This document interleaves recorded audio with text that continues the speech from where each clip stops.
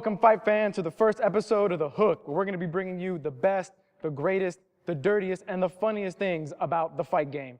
I'm Paul Navarro, a.k.a. Fight Like Sugar, and on my left is my main man, Miguel Cotto's #1 fan, co-founder of the Sports Fan Journal, editor at Fox Sports, Eddie Masonette. How you doing, Ed? Paul, you give me all the titles. I am appreciative of all the titles because I've worked hard to get them.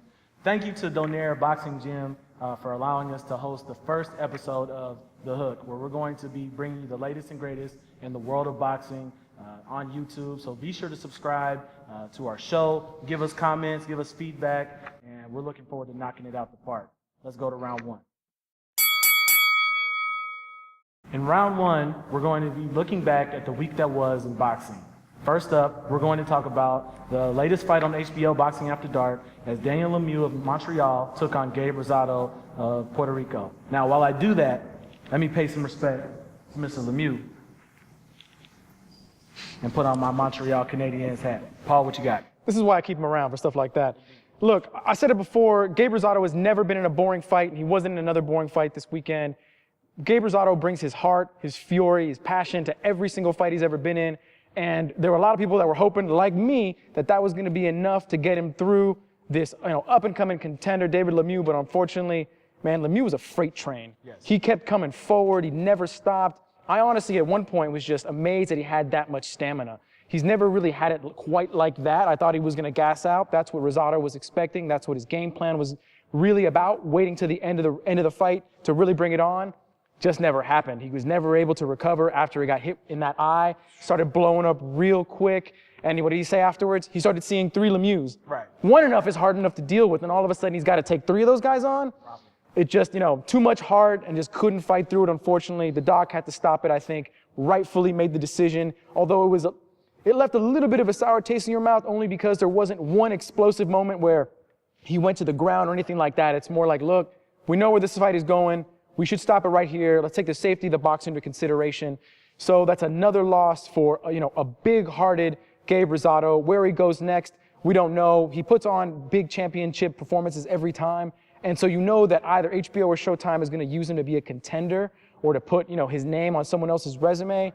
But with this many injuries to that eye, you got to think about, even with, only about 30 fights on his record, whether it might be time to start calling, maybe not necessarily calling it quits yet, but at least taking a couple of soft touches to build up his confidence and let that eye heal for a little bit. Now look, when we get this show rolling, you're going to see my Puerto Rican homerism come out. And Gabe Rosado, he put on for the island like only he could, so I'm really proud of him. But look, the winner was Daniel Lemieux. I'm wearing a Montreal hat for a reason, and it's time to talk about what his next prospects are. Is Lemieux going to be the guy that faces Triple G next? What do you think the move is for Lemieux? Honestly, so he said that he's definitely willing, he's quote-unquote, I'm not afraid to fight, Gennady Golovkin. And a lot of guys can say that until they get hit flush in the face for the first time. Right. Honestly, I think he'd take him on, but I think his managers are too smart. That's not going to be his next fight. He just had his big debut. More than likely, next weekend is going to be a middleweight championship the crowning of the WBO champion from the title that Peter Quillen left. That's going to be between Matt Korobov and Andy Lee. My bet is that he's going to take on that guy middle of next year, pick up a belt, and then hopefully, in the interim, has built up enough steam to make a big fight with Golovkin possible. He mentioned Miguel Cotto's name. There's no way on earth that happens. There's no way. Miguel Cotto's got too much money, too late in his career, and too undersized to face a power and a freight train like Lemieux. He doesn't want those problems. All right, in round 2, we're going to be taking a look forward at the fights that are coming up this week. And this week in Vegas, we have 2 stacked competing cards between Showtime and HBO. So many fights are on the line, actually, that we can't really talk about all of them, Ed. So we're just going to focus on our favorites. So, Ed, who are you looking forward to this weekend? This is my boy Keith. One time Thurman. The next in the great line of fighters with Puerto Rican heritage. Everybody from Felix Trinidad, Miguel Cotto.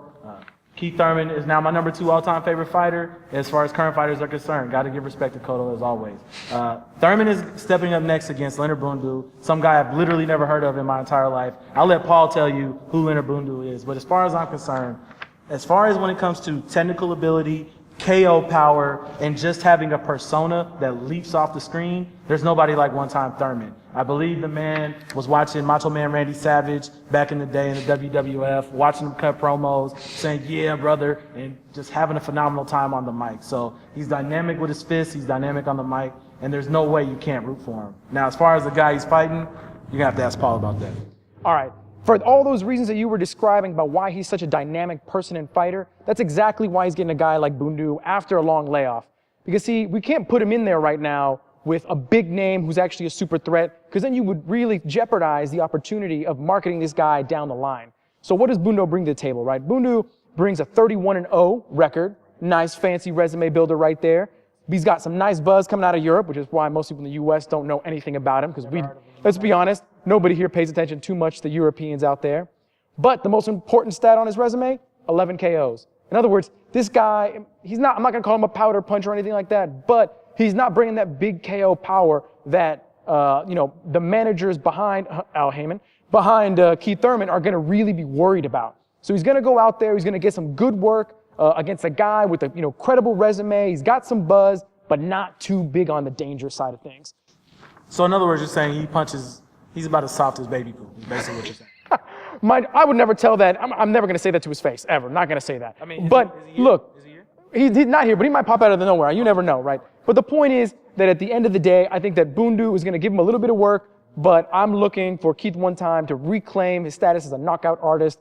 Looking around 5 through 7, one of those rounds, he's going to come up, make a big splash, and then put himself in contention next year if, well, we don't want to preview too much, but if the fight doesn't happen between Manny Pacquiao and Floyd Mayweather and Amir Khan, for whatever reason, can't cinch that fight, watch for, I think, the fight that should have been happening, Amir Khan, Keith Thurman. That's going to be a big one. But in order to do it, we got to build his profile. Knocking out Bundu, that's the first start. And you mentioned the name that I want to talk about. Okay.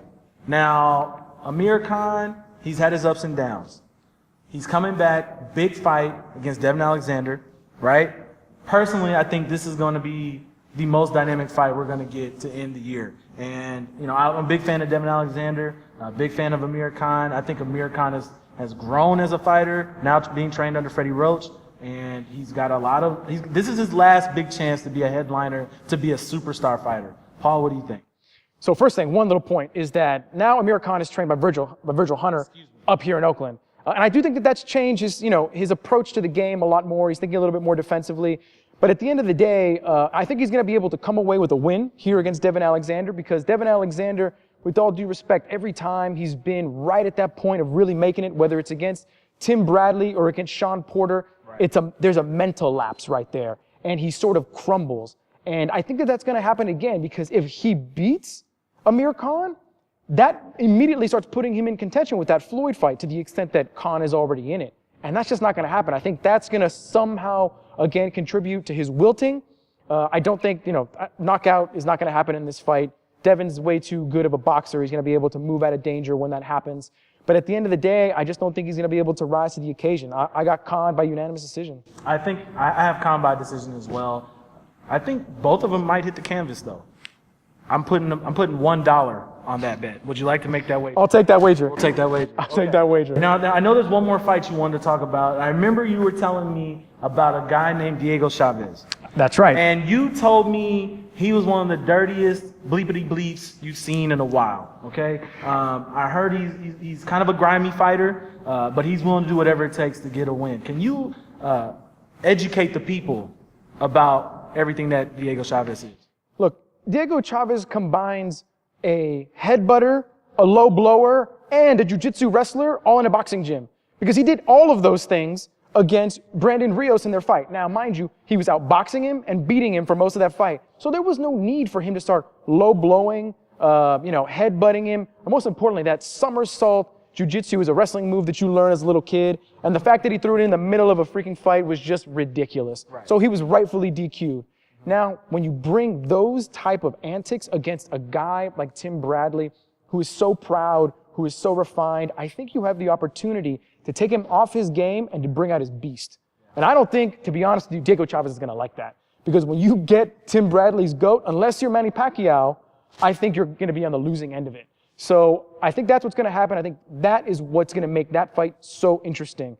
Diego Chavez is going to be frustrated. He's going to pull some stupid stuff. And then what's going to end up happening is that Tim Bradley's going to bring it out. Yeah. And he's going to make for a great splash, preparing him for 2015. I mean, you guys in the Valley, I mean, Tim Bradley's from where you're from, ain't he? Born and raised out there in Palm Springs. That's right. Yeah, and I've seen how you get down.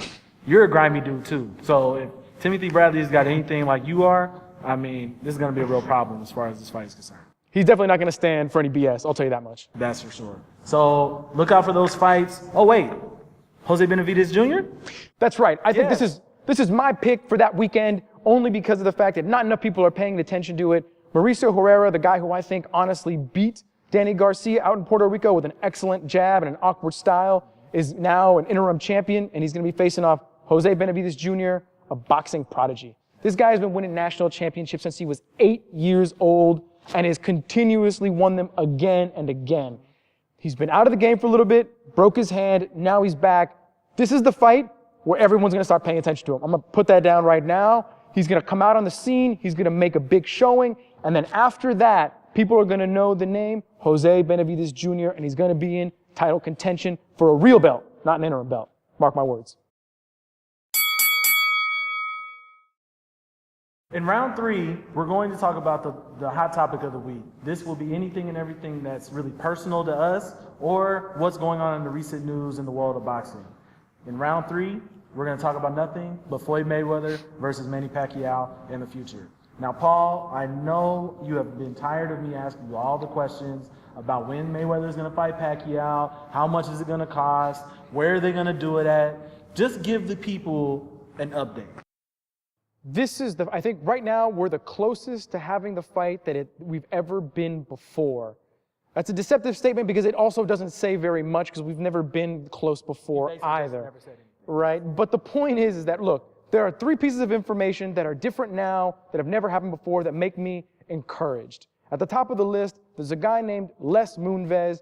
He's the head of CBS, which is the parent company of Showtime, and they asked him point blank, are you involved in talks with the Mayweather-Pacquiao fight? And his answer was cryptic but encouraging. He's like, out of respect for the talks, I'm not going to talk about it. The fact that he didn't outright deny it is huge, because that's all that he should have done if there were no talks. There'd be no point in even leaving that cliffhanger. So we already know that a guy at that level is involved, which has never been the case. 2, and this is also, I think, a deceptively important one. WBO put out now about a couple of weeks ago a tweet saying that Manny Pacquiao was offered $80 million for the fight and Mayweather was offered $100 million for that damn fight. Look, WBO has nothing, they have no stake in the game other than in, obviously, their sanctioning fees, which aren't that huge, I mean, comparatively for guys like Mayweather and Pacquiao.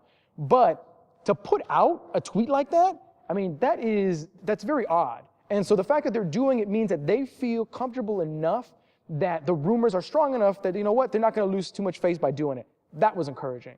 And now the number 3 thing is that there is a different tone in Bob Arum's voice. Now, mind you, this is also the man who said, I was lying yesterday, but today I'm telling you the truth. I get that. I totally understand it. But at the same time, you know, I think now he's really, because he's actually admitted to having conversations with Les Moonves, a guy who he has never liked before. Right. I think that's the key. He's not talking to a guy who he's talked to before in the past. He's talking to a guy who everybody knows he's had beef with. So I think these 3 things lead me to believe that it's closer now than it's ever been before. Whether it's going to end up happening or not, God only knows. You know, I'm hopeful for it because I think we have to push for it, because if we don't, then we're never going to get it. You know what I mean? And if we're going to go like my boxers, we have to keep fighting till the very end, until they hand you that decision loss, because otherwise, you know, why are you in the game? So let's go down a couple of points in regards to this fight, because we know Mayweather's probably going to take at least one more fight before the Pacquiao fight happens. And we also need to figure out where they're going to fight, because we've seen maybe they do it in Cowboy Stadium, maybe they do it overseas. We know Floyd Mayweather doesn't like to travel anywhere outside of Las Vegas. Also, something very important, Manny Pacquiao still seems to think that he needs a 50-50 split.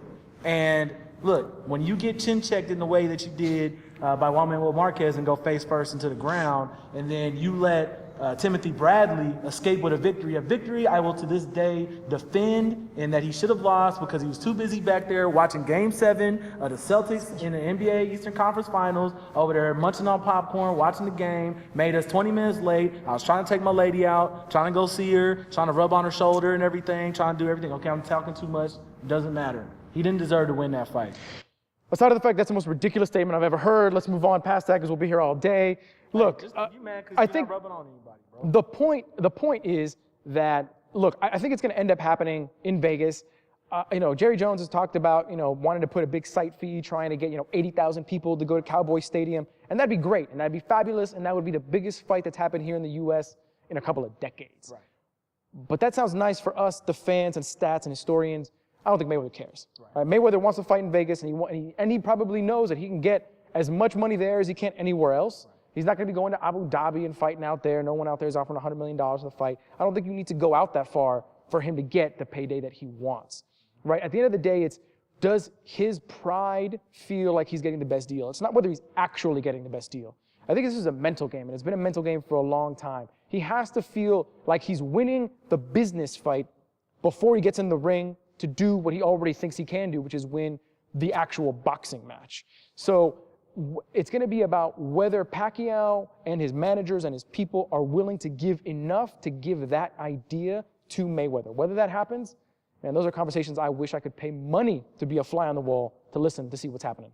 Well, look, boxing fans, let's just cross our fingers. Let's hope they get all the money right. And if we can get this fight going, me and Paul will be there. I'll make Paul pay for it. In round 4 on The Hook, we'll be bringing you our list of the week. Our list won't be like pound for pound list where we just tell you who the best fighters in the world are. Our list will be much more creative, dope, and hopefully we'll bring you something that you haven't been thinking about in a while. This week, we're going to be talking about our favorite druggies in boxing. The type of things that Paul likes. We have 5 guys that we're going to profile, and I'm going to kick it off because I'm from Oklahoma, and, well, that's just how we do things. We just take stuff over.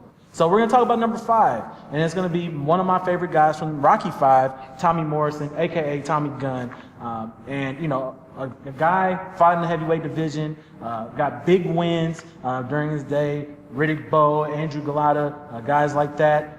And most importantly, again, he put on for Oklahoma. But one of the things that's very important to know is he had an issue with the ladies, he had an issue with the drugs, and he ultimately had an issue with the HIV. But that didn't stop Tommy Morrison from being a beloved character in boxing, someone that we always think highly of during his higher moments, not pun intended, but still in the world of boxing. And I have a quote to share. Do you mind if I read? Please do. Okay. This is from his manager, and it's really fascinating to kind of just hear the insight of someone who's managing someone like Tommy Morrison. And I quote, "I did everything a human being could do to keep him healthy. He's a kid who has to have a scapegoat. I represented authority. I gave Tommy a hard time almost every day because I wanted him to get up and run. If he was going to have sex, have it with one woman a day, not 5. To not drink or to take drugs, and to train 5 days a week so that we could become successful." I mean, managing someone like that who's so focused on, look, we all have our issues with various vices. I saw Paul gambling out in the alley just a little while ago. He's a degenerate. I won, though. He did win, and that's how we paid for putting this production together. We have no money, by the way. But when it comes to Tommy Morrison, his vices ultimately took control of him. And we'll remember Tommy for the high and low times. Paul, who you got for number 4? All right, number 2, the living legend, Julio Cesar Chavez, 107 wins, 86 knockouts. Man, this guy knocked out more fights than 2 professional fighters have careers nowadays.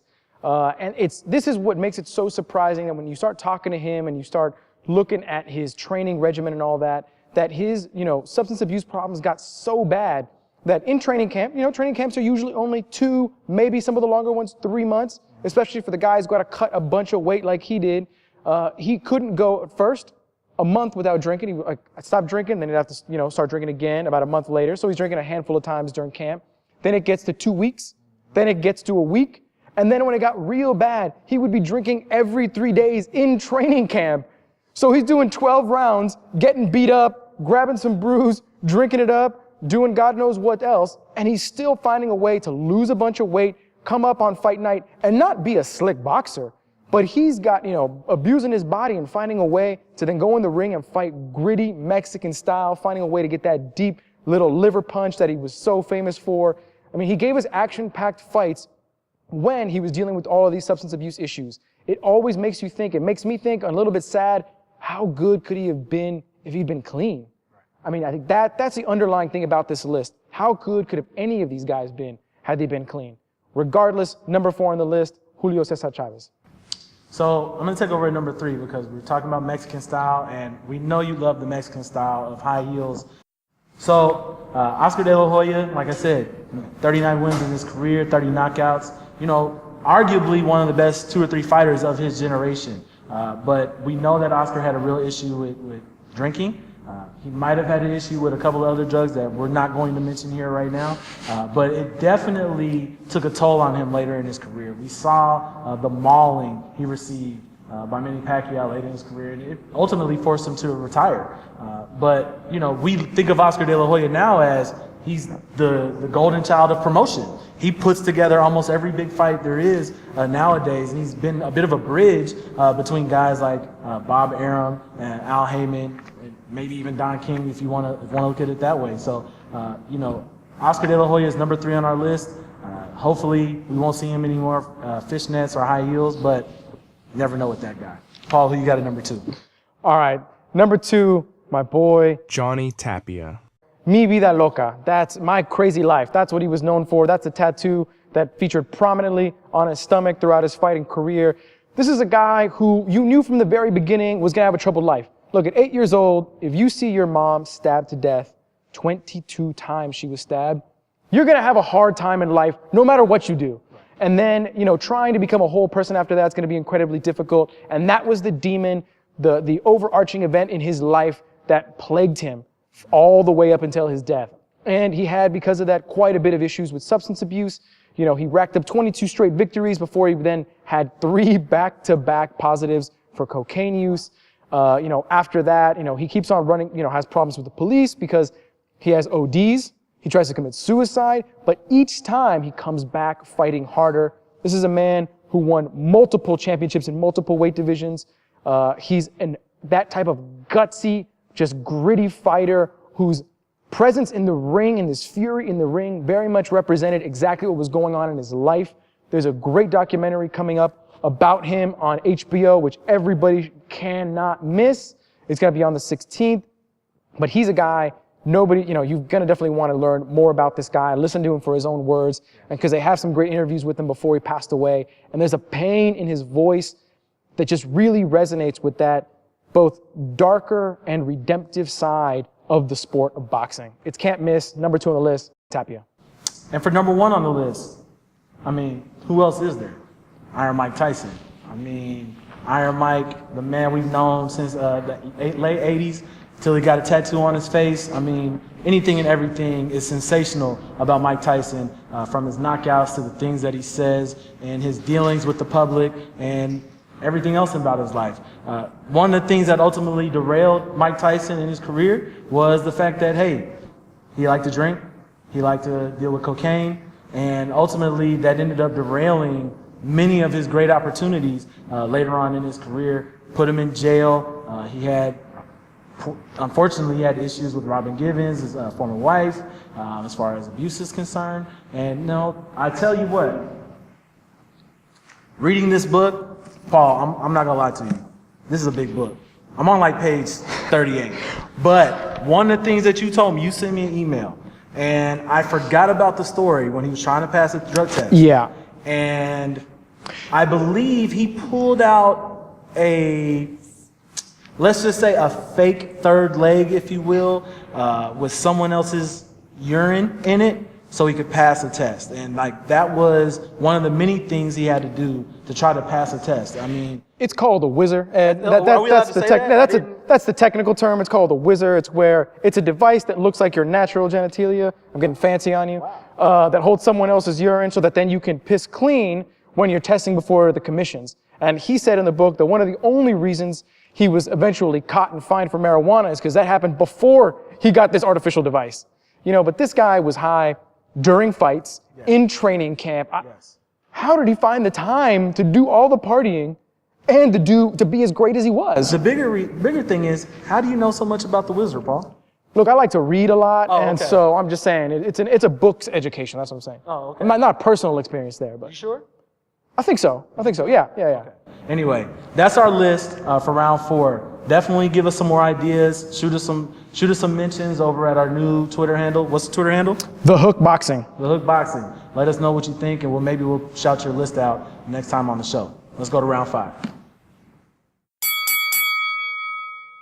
And this is the final round, and this is what we're calling the low blow. What's the low blow? This is where we bring some funny to the show. We're going to lighten it up a little bit. We're going to show you some of our favorite boxing clips of years past, and hopefully you'll get a chuckle out of it. This particular clip is James Toney being interviewed after he knocks out Evander Holyfield, TKO in the 9th round, and I think you're going to enjoy it. Tune in to watch this. All right, thank you very much, Steve. James, congratulations on the fight tonight. Were you simply just too quick and too fast for Evander Holyfield?